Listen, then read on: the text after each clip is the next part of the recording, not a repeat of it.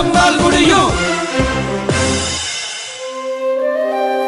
மேற்கு தொடர்ச்சி மலையில் கோயம்புத்தூருக்கு அருகே அமைந்துள்ள மருதமலை செழிப்பான, பசுமை, தூய்மையான காற்று மற்றும் மருத்துவ குணமுள்ள மூலிகைகள் நிறைந்த இடம். இங்குள்ள மூலிகைகள் உடல் நலத்திற்கு நன்மை பயப்பதாக கருதப்படுகிறது. 12ஆம் நூற்றாண்டு கல்வெட்டுகளை கொண்ட முருகனின் 7ஆம் படை வீடாக போற்றப்படும் சுப்பிரமணிய சுவாமி திருக்கோயில் மருதமலையின் அடையாளமாக திகழ்கிறது. மேற்கு தொடர்ச்சி மலையை ஒட்டி இருப்பதால் கோவை மாவட்டத்தில் யானைகளின் நடமாட்டம் அதிகம் காணப்படுகிறது. காடுகளில் ஏற்பட்டு வரும் பெரும் மாற்றத்தால் கடந்த சில ஆண்டுகளாக யானைகள் உணவு, தண்ணீரை தேடி வெளியில் வருவது அதிகமாகி இருக்கிறது. மருதமலை மலைப்பகுதியில் கோயில் விரிவாக்கம், அதிகப்படியான சுற்றுலா பயணிகள் வருகை மற்றும் அடிவார குடியிருப்புகளால் சுற்றுச்சூழல் மாசுபடுகிறது. குறிப்பாக வனப்பகுதியில் பிளாஸ்டிக் கழிவுகள், முகக்கவசங்கள் மற்றும் பிற குப்பைகள் குவிக்கப்படுவது யானைகள் உள்ளிட்ட வன விலங்குகளுக்கு பெரும் அச்சுறுத்தலாக மாறியுள்ளது. இதெல்லாம் பார்த்தீங்கன்னா மருதமலையோட 4வது படிக்கட்டு. இது பார்த்தீங்கன்னா இளம் யானைகள் வந்து நடந்து போகிற பாதை. இதெல்லாம் பார்த்தீங்கன்னா யானையோட கழிவு, இதை வச்சு தான் இருக்குது. இதெல்லாம் யானையோட வழித்தடன்னு சொல்லி இங்கே பார்த்தீங்கன்னா பிளாஸ்டிக் கவர்ஸ் வந்து போட்டு போயிடுறீங்க. இது வந்து யார் எடுக்கிறது? இதை சாப்பிடும்போது என்னன்னா ஏதாவது ஒரு பயிர் இதை சாப்பிடும்போது அதையும் சேர்த்து சாப்பிடுறது. 2 யானை இறந்துருந்துச்சு. அது உடல் கூறுவின் ஆய்வின் போது அதுல ஒரு யானை வந்து பாத்தீங்கன்னா 9 மாச குட்டி, 16 கிலோ பிளாஸ்டிக் பேப்பர், இது எல்லாமே அதுல இருந்துச்சு. 9 மாச குட்டியும் இறந்துருந்துச்சு, அந்த யானையும் இறந்துருச்சு. அப்போ அதே மாதிரி இன்னொரு ஆய்வின் போது 20 கிலோ பிளாஸ்டிக் கழிவுகள் எடுத்திருக்காங்க அந்த யானையில இருந்து. அப்போ இது வந்து யானை தன்னால சாகல, நம்ம தான் கொல்லப்பட்டிருக்கோம். நம்ம கொண்டு போய் இந்த மாதிரி மலைகளை போய் போடுற இந்த குப்பைகளால அந்த யானைகள் சாப்பிட்டு எவ்வளவோ வன உயிரினங்கள் இருக்கு, யானை மட்டும் இல்ல. வன ஆர்வலர்களின் ஆய்வில் யானைகளின் சாணத்தில் பால் cover, mask, masala cover, biscuit cover, ribbon, napkin, plastic cover உள்ளிட்ட பொருட்கள் இருப்பது கவலைக்குரிய விஷயமாக பார்க்கப்படுகிறது. யானைகள் மட்டுமல்ல, இங்கு மான், காட்டெருமை, காட்டுப்பன்றி போன்ற ஏராளமான விலங்குகள் இருக்கின்றன. இந்த நிலை தொடரும் பட்சத்தில் வன விலங்குகளின் உயிர்களுக்கு ஆபத்தை ஏற்படுத்தும். காடுகளை விதைக்கும் யானைகளை, பிளாஸ்டிக் கழிவுகளை சுமக்க வைக்கும் நிலையை ஒழிக்க வேண்டும். அந்த குப்பை கிடங்கை அகற்றி வன விலங்குகளின் பாதுகாப்பை உறுதி செய்ய வேண்டும் என்று வெள்ளியங்கிரி மலை பாதுகாப்பு அமைப்பு, வனத்துறை, கோவில் நிர்வாகம் மற்றும் இயற்கை தன்னார்வலர்களோடு புதிய தலைமுறை அறக்கட்டளை நம்மால் முடியும் குழுவும் இணைந்து மருதமலை பகுதிகளில் பிளாஸ்டிக் அகற்றும் தூய்மை களப்பணியை மேற்கொண்டன. மருதமலை வந்து 18ஆம் நூற்றாண்டை சார்ந்த கோவில் அப்படிங்கிற தகவல்கள் இருக்குதுங்க. ஸோ இதில் வந்து முற்காலத்தில் வந்து கொங்கு வேட்டுவ கவுண்டர்கள் அவங்களால அந்த மன்னர்களால் கோவில் கட்டப்பட்டு பராமரிக்கப்பட்டு வந்ததுங்க. 1966 அந்த டைமில் நமது கோவையை சார்ந்த சின்னப்ப தேவர் நம்ம கோவிலில் திருப்பணி செய்து பராமரித்து வந்திருக்காருங்க. ஸோ இந்த மாதிரி மிகப்பெரிய வரலாற்று சிறப்புமிக்க கோவில் நமது மருதமலை. ஆனால் இப்போ பார்த்துட்டிங்கன்னா இந்த மாதிரி கோவில்களில் வந்து காண கிடைக்காத பொக்கிஷங்கள் இருக்குது அப்படிங்கிறது எல்லாத்துக்குமே தெரியும். ஆனால் தற்போதைய நிலைமை பார்த்துட்டிங்கன்னா காண கிடைக்காத பொக்கிஷன் எது பார்க்குறோம்னா எங்கே பார்த்தாலும் இந்த பிளாஸ்டிக் குப்பைகள் இதுதான் இருக்குது. ஸோ ரொம்ப மன வருத்தம் என்னென்னா, பக்தராகிய நாம வரும்போது சொன்ன மாதிரி செருப்பு போடாமல் மேலே வரோம், அவ்வளோ பக்தியோட வர்றோம். அதே பக்தியோட நம்ம கொண்டு வர திங்ஸ் ஏன் நம்ம கீழே கொண்டு போக முடிய மாட்டேங்குது? ஏன் அந்த சுய ஒழுக்கம் வர மாட்டேங்குது? நம்ம ஏன் இந்த வனத்தை நோக்கி போகிறோம்?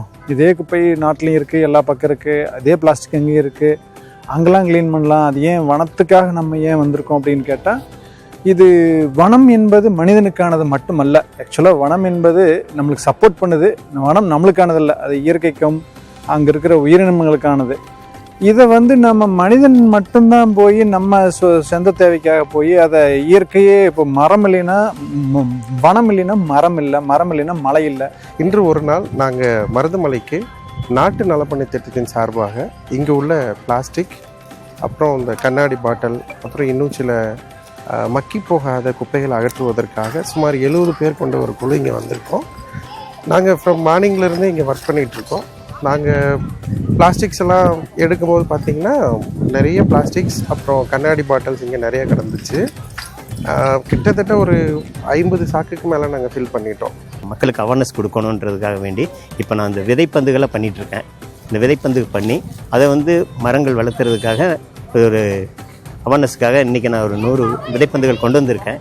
அது மக்கள்கிட்ட கொடுக்கறதுக்காக. இதனை நாம் முழுமையாக அகற்றுவதற்கு ஒரு கை என்றுமே ஓசை தராது. மக்கள் அனைவருமாக சேர்ந்து ஒரு விழிப்புணர்வை ஏற்படுத்துவதோடு மட்டுமல்லாமல் அனைவருமாக இணைந்து ஒரு தூய்மையான இயற்கையான நல்ல காற்றை சுவாசிக்கக்கூடிய ஒரு நல்ல சூழலை ஏற்படுத்த வேண்டும் என்பது எங்களுடைய நோக்கம். இன்றைய நாளில் அதை நாங்கள் சிறப்பாக செய்வதற்கு நாட்டு நலப்பணி திட்ட மாணவர்களிடம் வலியுறுத்தியுள்ளோம். இந்த மாதிரியான கவரு, இந்த மாதிரி சின்ன சின்ன சாக்லேட் பேப்பரு இதெல்லாம் வந்து பெரிய வெயிட்டே இல்லை. நம்ம வீட்டில் இருந்ததுன்னா நம்ம இந்த மாதிரி அங்கங்கே நம்ம சாப்பிட்ட சாக்லேட் பேப்பர் எல்லாத்தையும் ரோடு மாதிரி போடுவோமா, எடுத்துகிட்டு போய் ப்ராப்பராக டஸ்ட்பினில் போடுவோம். இல்லைன்னா அங்கங்கே வச்சுட்டு டஸ்ட்பின் பக்கத்தில் போகும்போது போட்டுருவோம். அந்த மாதிரி தான் நம்ம சுற்றியில் இருக்கிற நம்ம என்விரான்மெண்ட்டையும் வந்து பார்த்துக்கணும். பெரிய பிளாஸ்டிக்னால பிரச்சனைகள் இருக்குது, பட் அது கண்ணுக்கு தெரிஞ்சிடும். பட் இந்த மாதிரி சின்ன சின்ன பிளாஸ்டிக்ஸு, நம்ம அந்த சாக்லேட் கவர், அதே மாதிரி நம்ம பெரிய பிளாஸ்டிக்கில் சின்னதாக பிச்சு போடுற மைக்ரோ பிளாஸ்டிக், இதெல்லாம் என்ன பண்ணுன்னா அப்படியே மண்ணில் இருந்து கொஞ்சம் கொஞ்சமாக கீழே போய் அந்த சாயில் இருக்குல்ல, சாயில் எரோட் பண்ணி சாயில் இருக்கிற நியூட்ரியன்ஸ் எல்லாம் கெடுத்து இந்த மாதிரி மரங்கள்லாம் வளராமல் தடுத்துரும். இந்த பிளாஸ்டிக்னால இவ்வளோ அழகாக இருக்கிற மலைகள், பச்சை பசேல்னு இருக்கிற இவ்வளோ காடுகள் அனைத்தும் இருக்கிற தடமே இல்லாமல் இன்னொரு 10-20 வருஷத்துல காணாமல் போயிடும். அப்போ காணாமல் போச்சுன்னா ரிசர்வ் ஃபாரஸ்ட் இருக்காது, ஃபாரஸ்ட் இல்லைன்னா விலங்குகள் இருக்காது, விலங்குகள் இல்லைன்னா நம்மளுக்கு அடுத்தடுத்த சுழற்சி ஈக்கோலாஜிக்கல் சைக்கிள் நடக்கவே நடக்காது. இது நம்மளுடைய கோயில், இதை பாதுகாக்க வேண்டிய கடமை நமக்கும் இருக்கு. ஸோ இது எல்லாமே கற்பிச்சுட்டே இருக்க முடியாது. தயவுசெய்து முடிஞ்ச வரைக்கும் அவங்கவுங்க ஃபீல் பண்ணி அதை வந்து க்ளீனாக வச்சுக்கிட்டா நல்லாயிருக்கும். இதுக்காக ஒரு 50 பேர் 60 பேர் வாரத்துக்கு வந்து க்ளீன் பண்ணிகிட்டே இருக்குங்க. அதை கொஞ்சம் அவாய்ட் பண்ணலாம். பிளாஸ்டிக் குப்பைகள், பக்தர்கள் மற்றும் சுற்றுலா பயணிகள் வீசும் பிளாஸ்டிக் கவர்கள், பாட்டில்கள் மற்றும் முகக்கவசங்கள் மலைப்பாதையிலும் வனப்பகுதியிலும் அதிக அளவில் காணப்பட்டது. தன்னார்வலர்களோடு சரஸ்வதி தியாகராஜா கல்லூரி மாணவர்களும் கலந்து கொண்டு தூய்மை களப்பணியில் ஈடுபட்டனர். மக்களும் என்ன பண்ணோம் அப்படின்னா, பிளாஸ்டிக்கை தவிர்க்கிறது நல்லது. தவிர்க்க முடியாத சூழ்நிலைகளில் அதை கரெக்டாக கையாண்டு கரெக்டாக டிஸ்போஸ் பண்ணுறது நம்மளோட கடமையாக இருக்குது.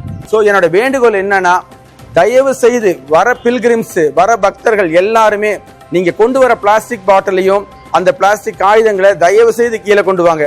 நீங்கள் போய் வரம் வாங்குறதுக்காக மேலே போய் சாமி கும்பிட போகிறீங்க. அந்த வரத்தோட வரமும் வாங்கிட்டு இந்த பிளாஸ்டிக்கும் தயவு செய்து கீழே கொண்டு வாங்க. இது என்னோட அன்பான வேண்டுகோள்.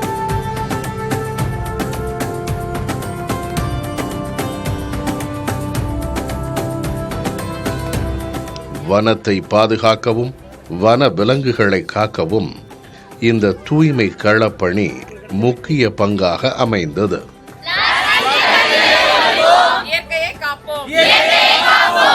பிளாஸ்டிக் கழிவுகளை ஒழிப்போம்.